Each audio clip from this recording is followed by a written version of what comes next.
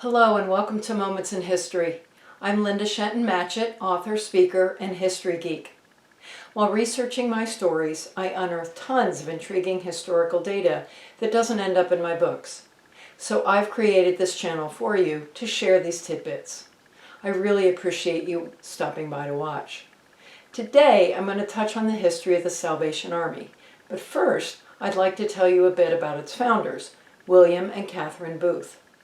Embarrassingly, I thought the organization was American, so was stunned to discover that it was founded in England. William was born in Nottingham in April 1829, the second son of 5 children of Samuel and Mary Booth, a relatively wealthy couple. However, several sources indicated that at some point during William's childhood, the family lost its wealth, but there were no indications as to why. Because of their poverty, William was apprenticed to a pawnbroker when he was 13 years old, a short time before his father passed away. 2 years later, at the age of 15, William had a religious conversion and threw himself into training to become a Methodist preacher. After his apprenticeship ended, he spent a year unsuccessfully looking for work. So in 1849, he moved to London and took a job as a pawnbroker and did some lay preaching on the side. He was unable to find steady work in the ministry, so instead began evangelizing on the streets. He preached to the poor, the homeless, the hungry, and the destitute. In 1851, he met Catherine Mumford. Also born in 1829, by all reports, she was a very serious child. Her father, a carriage maker and sometimes lay preacher in the Methodist faith, had married her mother earlier in his life. The family moved several times while she was growing up. One source indicated that she is said to have read the Bible through 8 times before she was 12 years old. Her parents were strict and forbid her playing with other children, reading fiction, learning French. Another source indicated that she grew up giving away eating sugar after discovering its link to African slavery. She suffered from ill health during most of her childhood. At 14, she was confined to bed with an undiagnosed ailment, so used her time to read various theology books, beginning with Pilgrim's Progress, that would later inform her beliefs to reject Calvinistic teaching that only certain people are destined to be saved. She also became concerned about the problems of alcoholism and joined the Juvenile Temperance Society, where she served as secretary. At the age of 21, she was expelled from the Wesleyan Methodist organization for refusing to condemn Methodist reformers. The following year, she met William, who had also been expelled because of his reform sympathies. It is said she fell in love with him immediately while seeing him recite a temperance poem. The couple was engaged for 3 years while he worked as a circuit preacher. The wedding, in June of 1855, was a simple event, and even on their honeymoon, William made time to speak at meetings. Ultimately, the couple would have 8 children. When fellow clergymen disagreed with the Booths' unconventional approach, he and his wife withdrew from the church to train evangelists throughout England. In 1865, they returned to the East End of the city, where many of the followers joined their fight for the souls of lost men and women. Within 10 years, their organization, operating under the name The Christian Mission, had over 1,000 volunteers and evangelists. While William continued preaching to the poor, Catherine spoke to the wealthy to gain financial support for the ministry. She also organized food for the million shops where cheap meals were made available. At Christmas time, meals were distributed to those in need. Working with children and young people, she often spoke at their meetings. She had always been convinced of women's equality to men with regard to preaching, and after she discovered American revivalist Phoebe Palmer, she asked William if she could say a word during one of his services. Apparently, she was so eloquent that women insisted she become a partner in his work, which angered many people who disagreed. Leaders in the Church of England were hostile to the Booths, publicly criticizing. Undeterred, Catherine would go on to preach at revival services and other events.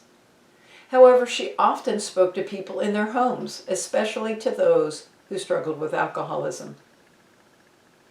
When Booth read a printer's proof of the 1878 Christian Mission Annual Report, he supposedly noticed the statement, "The Christian Mission is a volunteer army." Crossing out the words volunteer army, he penned Salvation Army. A second source claims the name actually developed from an incident during which Bramwell Booth overheard his father say, "We are a volunteer army." Bramwell responded saying, "I'm no volunteer, I'm a regular," at which point the word volunteer was replaced with the word salvation. From that point onward, converts became soldiers of Christ and were known then as Salvationists. The group adopted uniforms to bolster morale, as well as make them very recognizable in the streets. They launched a campaign throughout the British Isles that, in spite of violence and persecuted, converted over 250,000 Christians between 1881 and 1885.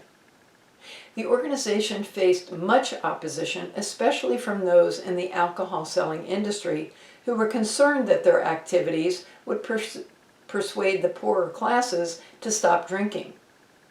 Other accusations centered around the fact that Booth appointed his own children to posts for which others were perhaps better qualified, leading to claims that the Salvation Army was a Booth family business, saying that William was creating a dynasty, as was suggested by the fact he insisted that his sons-in-law add Booth to their own names, and further borne out when Booth appointed his son Bramwell as his successor general in his will.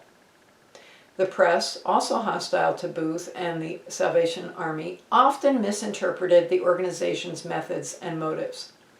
Claims were made about their motive, with Booth often portrayed as a charlatan only out to make money.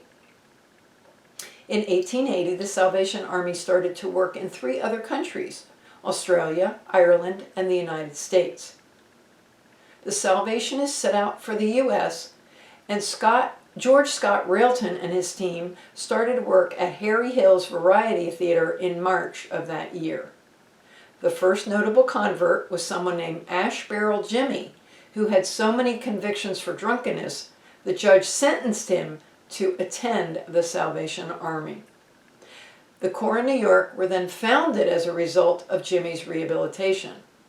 Soon the message spread to Canada, Australia, France, Switzerland, India, South Africa, Iceland, and Germany. Meanwhile, at home in England, distraught over the number of young girls involved in prostitution, Catherine lobbied Queen Victoria to create legislation safeguarding females. And after learning that many women working in match factories were suffering from an illness known as phossy jaw, she lobbied to manufacturers to use red phosphorus for the match heads instead of the poisonous yellow phosphorus. She and William also worked combating slavery and human trafficking. She continued to preach and work by her husband's side, pioneering leadership positions for women in the church. She didn't try to change women's domestic roles, but did vocally oppose the concept of their alleged intellectual and moral inferiority. Diagnosed with breast cancer in 1888, she refused surgery so she could continue to do her work. She died on October 4th, 1890, and her funeral in London was attended by more than 38,000 people. The opinion of the Salvation Army and William eventually changed in that of favor. In his later years, he was received in audience by kings, emperors, and presidents. The media began to use his title of general with reverence. In 1899, he suffered from blindness in both eyes, but in a short rest, he was able to recover his sight. In 1904, he took part of a huge motor tour in which he was driven around Great Britain and stopped off in cities, towns, and villages to preach to the crowds from the open-top car. He made his last visit to North America in 1907, and in 1909 again went on a 6-month motor tour of the United Kingdom. William died at the age of 83 on August 20th, 1912, in his home. His body lay in state for 3 days at Clapton Congress Hall, where 150,000 people filed past the casket. People attended included Queen Mary, who sat almost unrecognizable in the rear of the Great Hall. In a letter to Bramwell Booth, King George V wrote, "The nation has lost a great organizer and the poor a wholehearted and sincere friend. Today, the Salvation Army is active in virtually every corner of the world and serves in over 100 countries." I hope you've enjoyed today's moment in history. If you'd like to learn even more history, please stop by my blog, which is located at www.lindashentonmatchett.com. Please consider subscribing to this channel and click the bell icon to receive notifications of new episodes that typically release on the second and fourth Friday of each month. Thank you for watching and have a great rest of your day.